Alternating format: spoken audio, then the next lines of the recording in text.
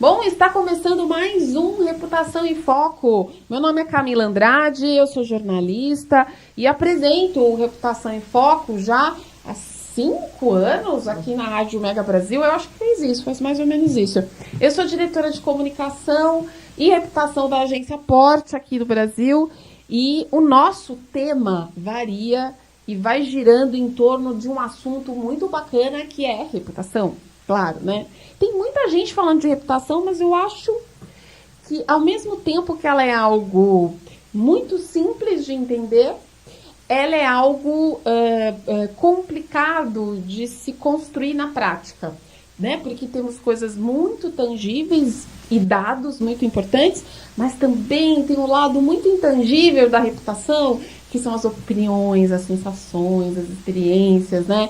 E é esse lado que eu adoro, é o lado que eu acho mais bacana. Isso nos força, profissionais de comunicação, a irmos por outras áreas, como, por exemplo, estudar um pouquinho do comportamento humano, não é? Exatamente. Aí a gente sai um pouco da parte técnica da comunicação e vamos entrando na psicologia, a gente empresta um pouquinho de neuromarketing e aí vamos construindo estratégias cada vez mais sólidas, né? E de preferência que possam durar, não é mesmo? Então, e hoje aqui vocês já ouviram a voz da Viviane, eu convidei a Viviane Mansi, ela que é diretora de comunicação e sustentabilidade da Toyota, diretora regional, né, Viviane? Uma super região, inclusive. Como é que você falou para mim? América Latina e Caribe. Isso mesmo. Não é isso? Obrigada, Viviane, pela sua participação. Vamos lá, vamos começar. Viviane, estou curiosa. Você sempre trabalhou na área de comunicação? Você se formou em quê? Isso, eu sou formada em Relações Públicas e tive o prazer de, em toda a minha vida, trabalhar com isso.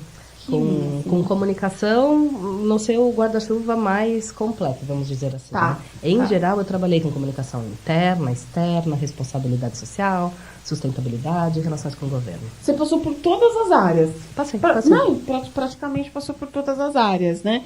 E aí você fez RP. Que maravilha. Eu também fiz. Eu fiz pós-graduação em RP. Me formei em jornalismo e fiz RP. Eu acho que é uma faculdade incrível.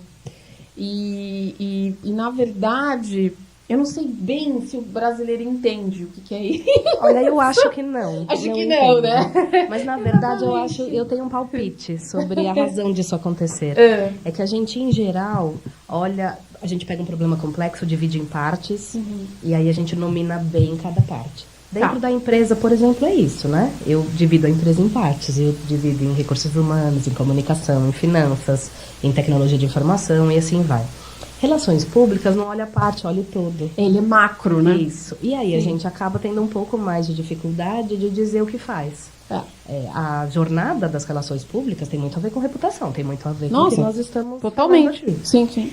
E aí eu acho que vem um ponto fundamental que você comentou logo que a gente começou a conversar, que é reputação, ele é um resultado, né? Ele não é um input, ele é um output. Exato. Então, na verdade, por que é tão difícil gerenciar a reputação? Porque ela é o resultado de muitas práticas que eu tenho ao mesmo tempo na empresa. Exato. A dificuldade da gente gerenciar e produzir reputação numa empresa tem muito a ver com isso. Porque não adianta só a área de comunicação querer. Quando a gente tem um compromisso na empresa, a gente quer falar de reputação, quer fazer alguma coisa para construir a reputação, mas você não tem uma base forte de negócio, Sim.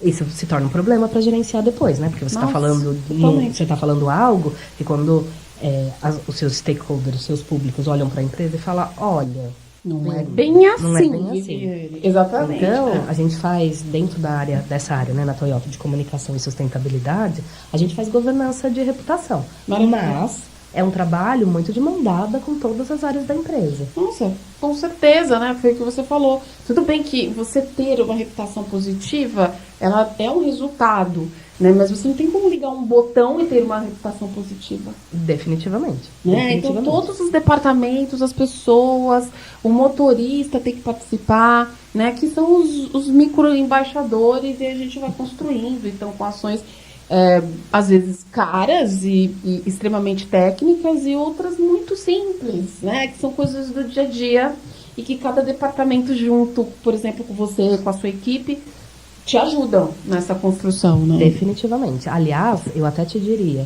que não adianta você partir para soluções sofisticadas se você não faz o básico.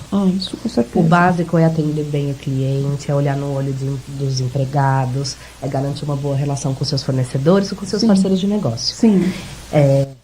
Obviamente, a gente está falando de cadeia de valor. Eu preciso cuidar da cadeia que está perto de mim, que me ajuda a fazer negócio todo dia. Claro. Depois disso, a gente vai ampliando esse cuidado, esse trabalho. E aí sim, quando eu olho para tudo isso, a gente começa a criar reputação. Né? E reputação é algo muito sensível.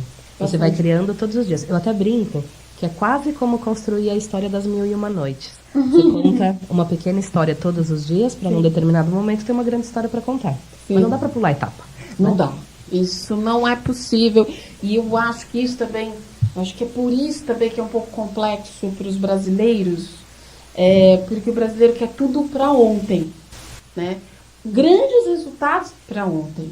E não tem como, né? Essas etapas, assim, que a gente chama na yoga de krama, você não tem como passar por uma krama 3 se você não passou pela 1. Mas isso não significa que você está atrasado e também não significa que você está fazendo errado. Significa apenas que você está passando por todas as etapas que são necessárias para essa construção de valor, né? Isso é claro para os executivos da Toyota, porque não é toda empresa... Não é tudo executivo, nem da empresa em geral que eu tô falando. Que é claro isso.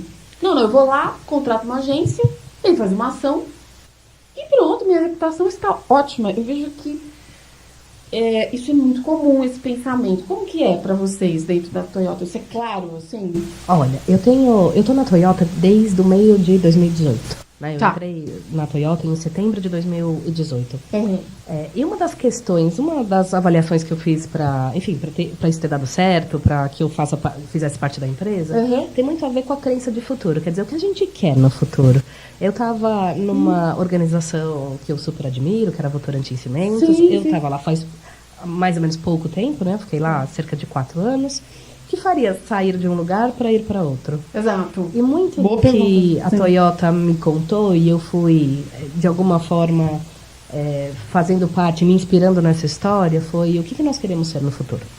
Então, isso é muito consistente na Toyota, né? Esse pensamento de futuro é uma coisa realmente forte na empresa.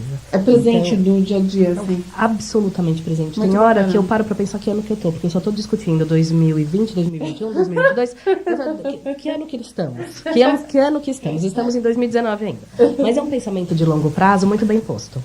Isso ajuda muito. A segunda coisa que ajuda muito a Toyota está no momento que ela quer deixar de ser uma indústria de automóveis para ser uma indústria de mobilidade. Isso é necessário para o mundo de hoje, né? Você provavelmente já tem amigos que não queiram mais ter carros. Não, claro. Isso está acontecendo. É claro que mobilidade é uma coisa importante para todos. O carro é uma das soluções de mobilidade, mas ela não é a única. Uma cidade tem várias oportunidades e possibilidades. E tem que ter. Exato. Né? Então, a indústria como um todo, eu não falo nem só pela Toyota, eu falo por todos. Claro. A gente tem uma consciência grande de que a gente está num momento de virada relevante. É uma transformação. Nós vamos oferecer outros produtos, eventualmente, ou serviços que ajudem as pessoas a terem controle da sua mobilidade, porque isso nos permite viver bem. Né? Exato. A gente fazer as coisas que são importantes pra gente. Então, quando a gente começa a conversar sobre todas essas grandes questões na Toyota, a questão da reputação nunca veio como um objetivo em si. A questão da reputação vem como consequência de tudo aquilo que eu quero fazer. Então, isso é muito bacana, porque eu acho que isso é fundamental para as discussões de reputação. A reputação, ela vem quando você cuida de todo o resto. Não quando você cuida só do que eu vou fazer agora para ficar bem na fita, né? Do que eu vou fazer agora para ser bem visto pelos meus stakeholders. Porque isso é frágil. É frágil, porque quando você tem que tomar uma decisão dura, se você só está fazendo para ter uma boa reputação, quando você tem que colocar investimento, você não coloca. Né? Quando você tem que enfrentar uma crise, você se esquiva. Eu acho que uma das grandes questões na Toyota, que eu admiro muito, que eu tenho o prazer de trabalhar, é que é uma empresa que tem um diálogo aberto com todas as suas audiências. Tem uma vontade, um desejo e, mais do que isso, uma prática de estar perto, de dialogar, de ouvir. Então, as práticas da Toyota nesse sentido são muito bacanas. A gente tem até algo muito fundamental de base do negócio que se chama Toyota Way. O que é o Toyota Way? É uma crença fundamental de todos nós, empregados, né, em todo o mundo, mas eu falo mais especificamente aqui pela região da América Latina e do Caribe, que tem a ver com 2 grandes princípios. O primeiro deles é de melhoria contínua e o segundo é de respeito pelas pessoas. Quando a gente fala, por exemplo, de melhoria contínua, a gente está falando sobre o que é melhoria contínua, né, para a Toyota? É uma prática contínua de Kaizen. Ou seja, eu sempre vou fazer uma atividade, eu sempre vou olhar o que eu posso fazer melhor a partir dela. Sempre, Camila. Eu posso ter resultados incríveis. Eu não sempre vi um tem reporte... uma possibilidade de melhorar. Exato, eu não vi um reporte de resultado que a gente não tenha lá um espacinho pra gente avaliar o que poderia ser melhor. Então, esse compromisso é um compromisso que tá na pele da pessoa. Tá em todo lugar que você possa... andar, ver, encontrar alguém da Toyota. Não só, isso não está só dentro da Toyota. Se você vai a um concessionário da Toyota, essa questão da melhoria contínua, ela também está presente. É uma cultura, faz parte da cultura. Exatamente. Uma outra prática que é muito sui generis na Toyota é a prática do que a gente chama, é uma palavra japonesa, Genchi Genbutsu.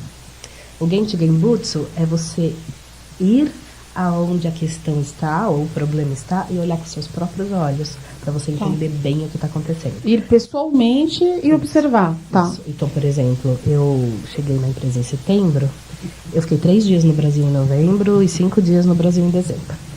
Por que tem tanta viagem? Porque a gente vai olhar e vai conversar. Entendi.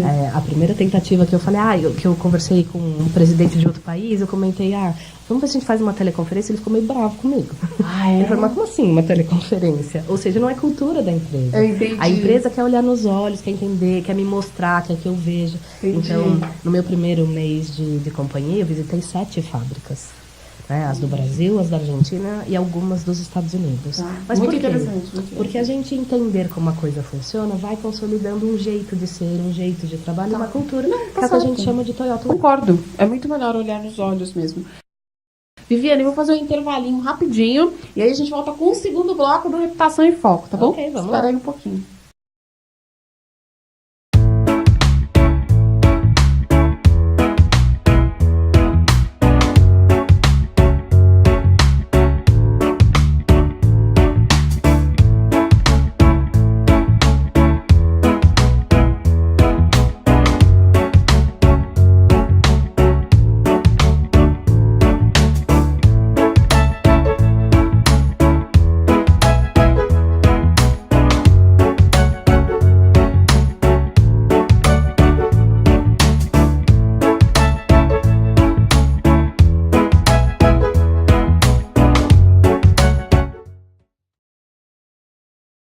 Bom, voltamos com o segundo bloco do Reputação em Foco. Hoje eu estou entrevistando a Viviane Mansi, ela que é diretora de comunicação regional, né?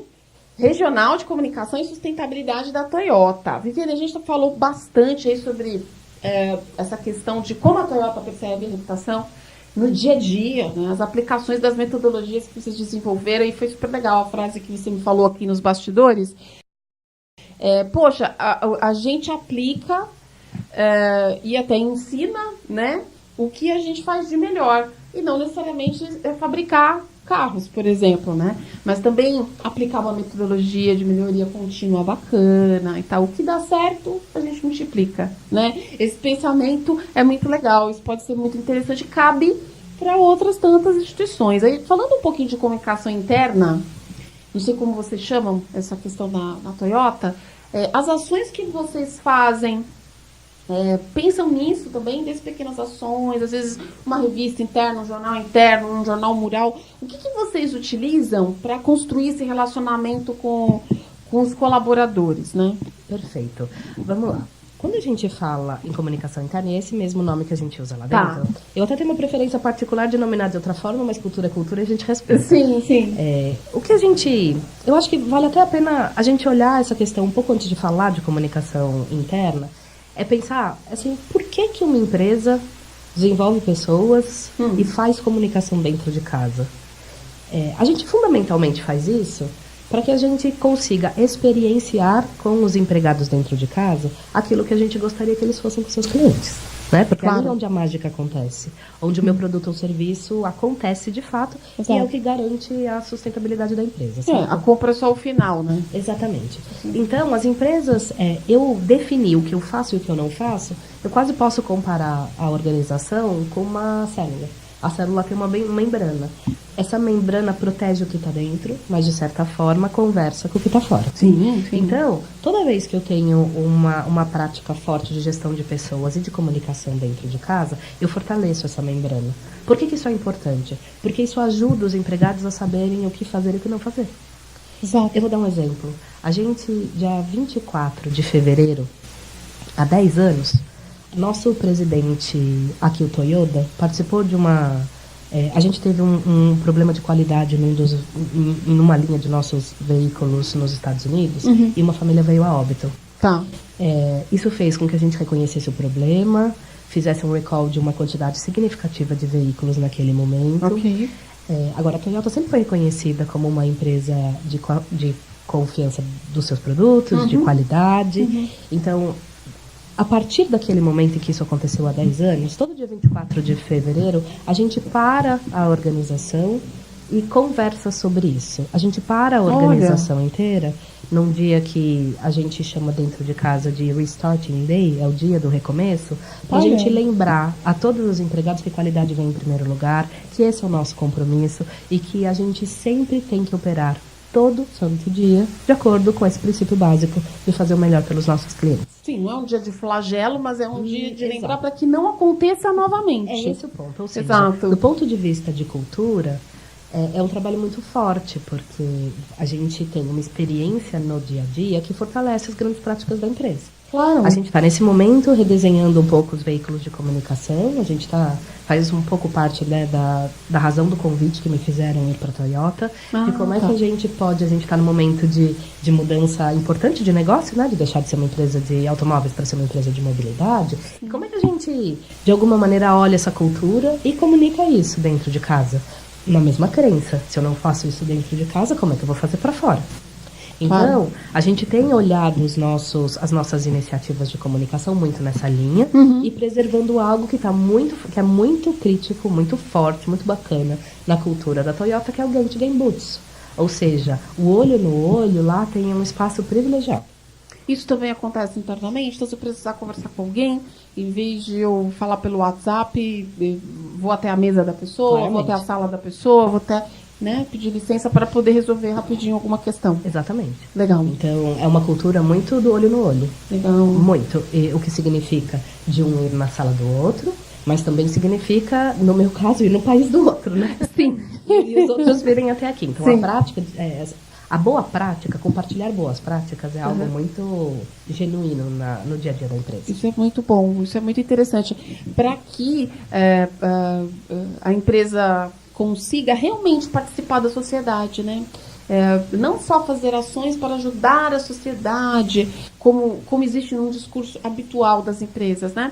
Mas aí, esse tipo de discurso dá uma impressão que a empresa está aqui e estou aí, ajudando você, que está aí fora. Não é verdade? Não, definitivamente lá é tudo, assim, o pensamento... Faço parte disso, né? Começo aqui Exato. por dentro, porque meus funcionários fazem parte disso. E eu, estou falando aí um diretor ou um presidente, também é parte da sociedade, né? De fato. E a gente tem um estilo de trabalho que é muito próximo.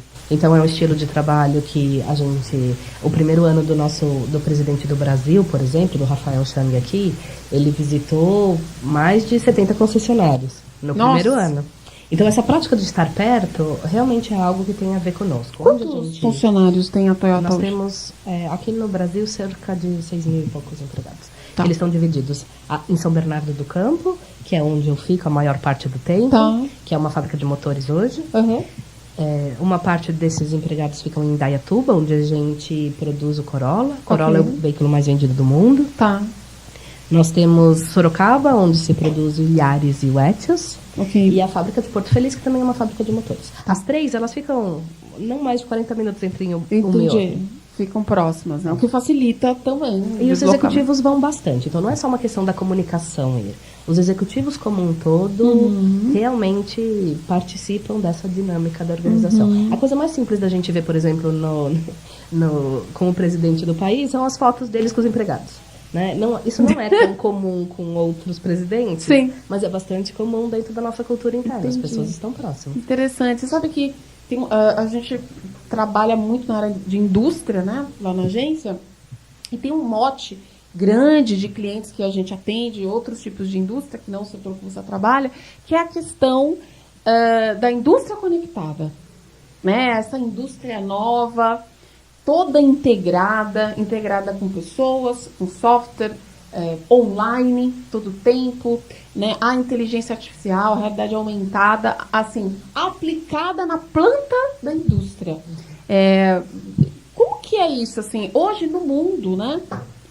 Até onde eu tinha notícia, não existe uma empresa ainda 100% conectada, né? Ainda não existe. Existem empresas em processo de, né? Como que isso, você falou desse momento de transformação, então, muitas plantas estão passando por esse processo. Como que é isso na Toyota?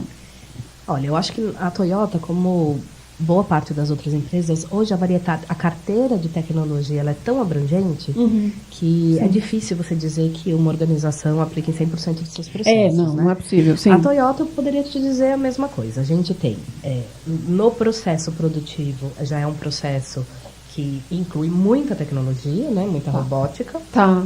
Então, são fábricas bastante modernas. Então, nessa parte, sim, a gente aplica bastante. Existem outros lugares que a gente continua avaliando. Obviamente, quando a gente fala em mobilidade traz consigo muita tecnologia com certeza. Embutida, Sim, né? Exato. Então, a questão de conectividade, ela é relevante. Sim. Quando eu falo em tecnologia, a gente tem o prazer de ter desenvolvido aqui no Brasil o primeiro carro híbrido flex. Olha. A tecnologia já está aprovada. Esse ano ainda, de 2019, a gente confirma para o mercado brasileiro qual é o modelo que nós vamos lançar com essa tecnologia híbrida flex. Tá.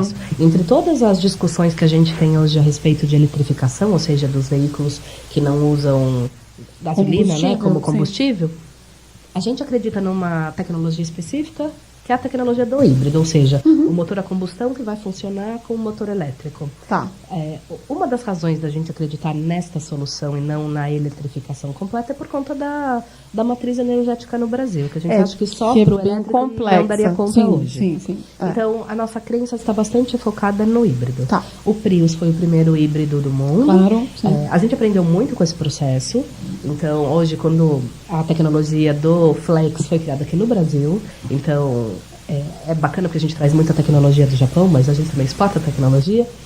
E também, obviamente, tem muito de novidade envolvido aí, e a gente tem a oportunidade de ver muitas outras questões sendo desenvolvidas em outras áreas do automóvel, por exemplo, a questão de segurança. Sim, que é muito questão importante. de segurança, a gente tem projetos muito fortes nessa linha, para que o motorista e todas as pessoas de dentro do carro estejam cada vez mais seguras. Isso também tem muita tecnologia embutida. Nossa, com certeza. Agora, tem algo bastante interessante na cultura da Toyota. A Toyota não tem uma preocupação grande em ser a primeira a desenvolver uma nova tecnologia. Tá. A preocupação da Toyota é ser a melhor. Entendi. Então, às vezes a empresa é bastante pressionada, mas será que a Toyota não está perdendo o timing? Não vai lançar, não vai fazer alguma coisa nova, não vai... Sim. E o engenheiro da Toyota, com tranquilidade, fala: faremos o melhor. Entendi. É cultural. É só esperar. Exato. Se isso acontece antes dos outros, muito que bem. Mas se não acontecer, aquilo que é marca, DNA da empresa, que é qualidade, será preservado. Entendi. Isso é muito bom. E também uma confiança na marca, né? Também é uma confiança. Eu acho que você provavelmente conhece alguém que tem um veículo da Toyota há mais de 20 anos e fala que não dá problema. Exatamente. Né? E a gente fica feliz de ouvir essas histórias. Exatamente. Não que a gente não tenha uma linha linda de produtos para oferecer. Não, claro. Hoje. Mas a gente fica bastante feliz porque aquilo que a gente faz é verdadeiramente para durar, para não te dar trabalho, para você realmente confiar. Sim. Viviane, a gente vai para o último intervalo do Reputação em Foco, a gente já volta.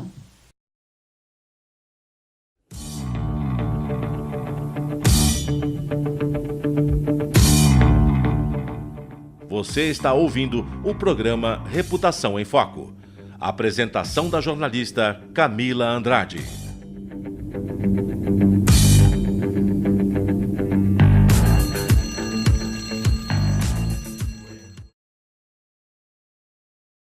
Voltamos com Reputação em Foco, esse é o último bloco, infelizmente. Um papo super bacana com a Viviane Mansi. Viviane, me conta um pouquinho sobre as ações de comunicação externa com públicos variados que a Toyota vem fazendo para manter essa reputação bacana, positiva, né? O que vocês estão usando, que canais, que tipo de linguagem? Acho que isso é bacana. Perfeito. Eu acho que a resposta mais curta e objetiva é muitos canais. Muitos canais. Isso também vem de uma crença. Tá. Quer dizer, antigamente, a gente falava com poucas audiências para construir reputação. O mundo mudou. Hoje em dia a gente conversa com muitas audiências para garantir que as pessoas entendam o que a gente faz. Né? Aí, de novo, antes de pensar em reputação, a gente vai pensar se a gente está trabalhando direitinho, né? Dentro das expectativas sociais. Lição de casa. Exato, lição de casa. Eu sou de verdade um bom cidadão corporativo? Eu de verdade tenho responsabilidade ao longo da minha cadeia de valor? Então, eu preciso pensar nessas questões. A reputação é consequência, ela virá. Exato. E aí a gente tem uma série de práticas. Por exemplo, desde as coisas mais óbvias, tudo aquilo que tem a ver com o nosso setor automotivo, a gente já participa, a gente se engaja, a gente dedica executivo para participar das mesas de discussão, para ajudar a entender os desafios do setor e participar das soluções, né? Porque também não adianta só a gente reclamar. Então a gente participa de várias associações vinculadas, né, ao setor automotivo para a gente falar a respeito. A primeira coisa. Como eu comentei com você a respeito de cadeia de valor, por exemplo, os nossos fornecedores.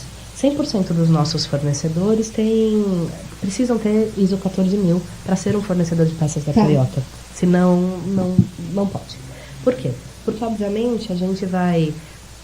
aquilo que a gente acredita, a gente, de alguma maneira, compartilha com quem faz parte da nossa cadeia. Sim.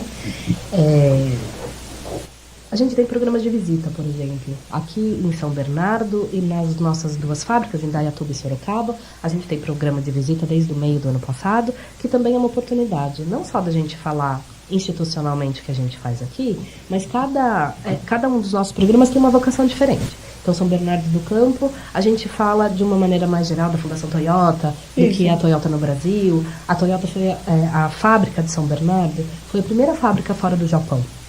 Então, é uma fábrica bastante relevante dentro da nossa história. No caso de Indaiatuba, a gente foca no TPS, no Sistema Toyota de Produção.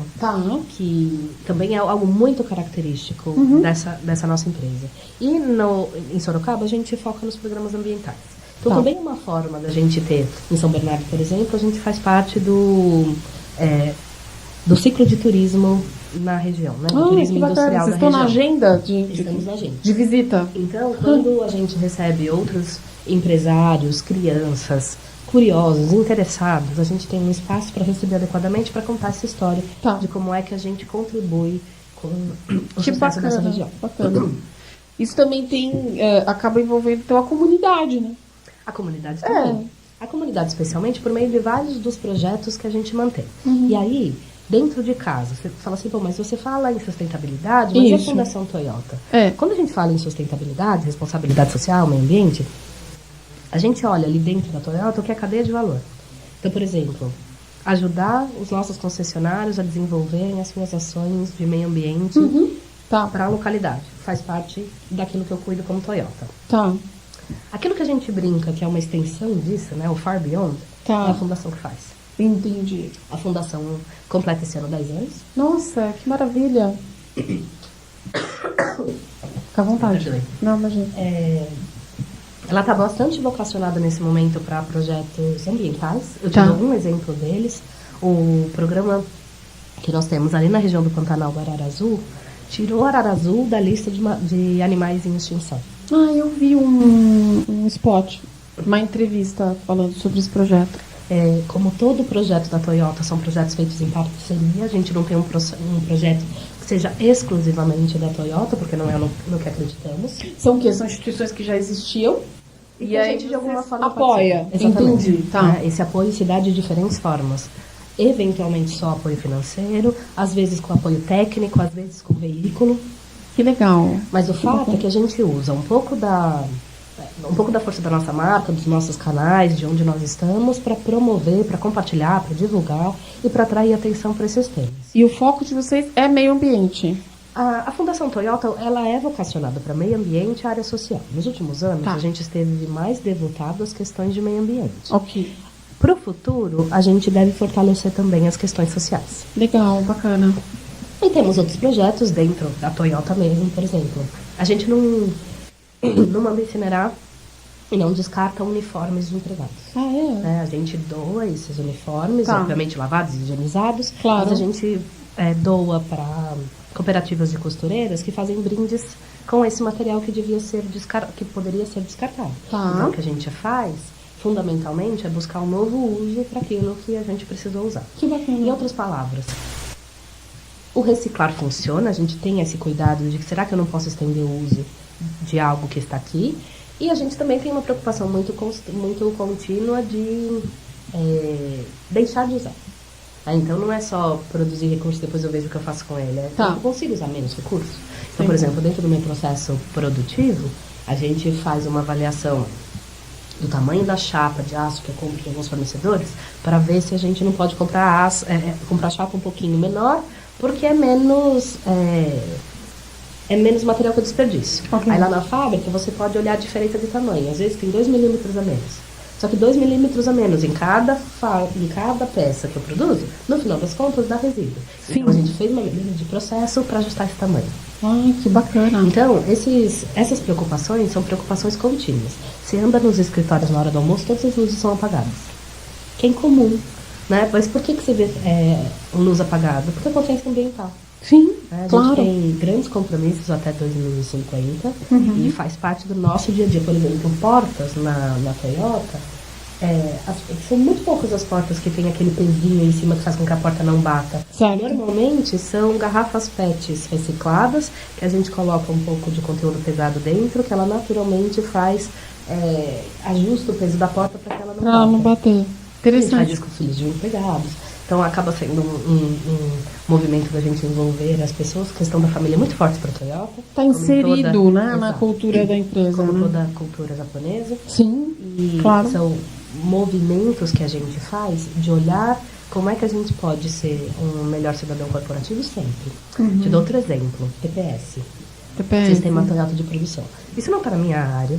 A gente tem uma área específica para fazer TPS na organização. Que é área de processos? É área de TPS. Área de TPS. Tá? Que tem um departamento, entendi. E, obviamente, existe muito know-how lá dentro, né? Tá. A área de TPS, ela ajuda todo o nosso processo sempre. Tá. E de vez em quando, que acontece, na verdade, quase que dentro de um padrão já, a gente também vou chamar de tecnologia, né? Usa esse processo para fora. Então a gente aplicou isso em hospital para evitar filas, para atendimento mais rápido em pronto-socorro. Vocês fazem isso socialmente ou vocês são contratados? Como vocês fazem? O TPS atua como, né? A gente está olhando muito o TPS agora para ver como é que a gente pode fazer isso melhor para o futuro, né? Obviamente, dentro da empresa a gente aplica sempre, Claro, né? sim. Onde dá.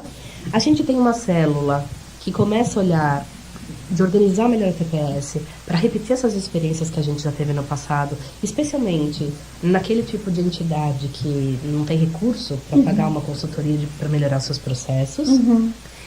E quem sabe no futuro a gente até oferece isso como um serviço mesmo. Vira um serviço. Hoje isso não existe. Tá. Hoje a gente faz para quem precisa de fato. Ok. A gente já teve alguns casos no passado de fazer até para hospitais particulares, mas isso acabou para um hospital particular, mas isso acabou acontecendo por meio de parceria, porque a gente conhecia, porque estava perto da onde nós vivemos, ali no nosso entorno. Sim. Mas o mais bacana de tudo isso é você ver o brilho nos olhos dos engenheiros que trabalham com isso, entendendo que é algo que sim, a gente tem muito benefício disso dentro do nosso processo, é um processo muito limpo, no final das contas, né? Sim, sim. E que isso é possível para todo mundo, porque isso é um jeito de pensar, é um jeito de ser. Quanto mais você aprende, melhor você fica.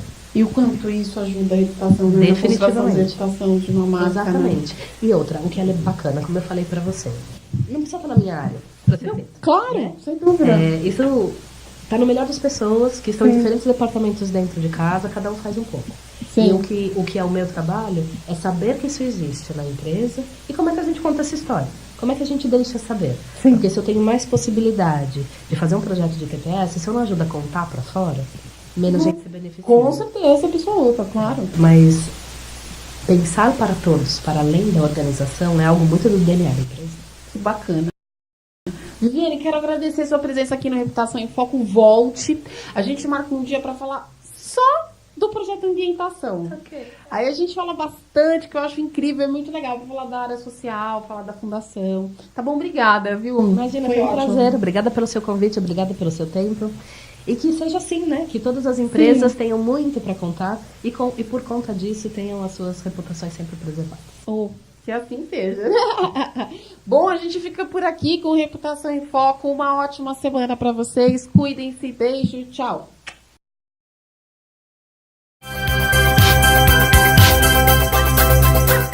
Termina aqui o programa Reputação em Foco, que debate a percepção e a avaliação de marcas pelo mercado e pelos consumidores. O programa Reputação em Foco é apresentado pela jornalista Camila Andrade todas as segundas-feiras, à 13h, com reapresentações às terças, às 11h30 da manhã e às quartas-feiras, às 6h30 da noite, aqui na sua Rádio Mega Brasil Online, um canal a serviço da comunicação.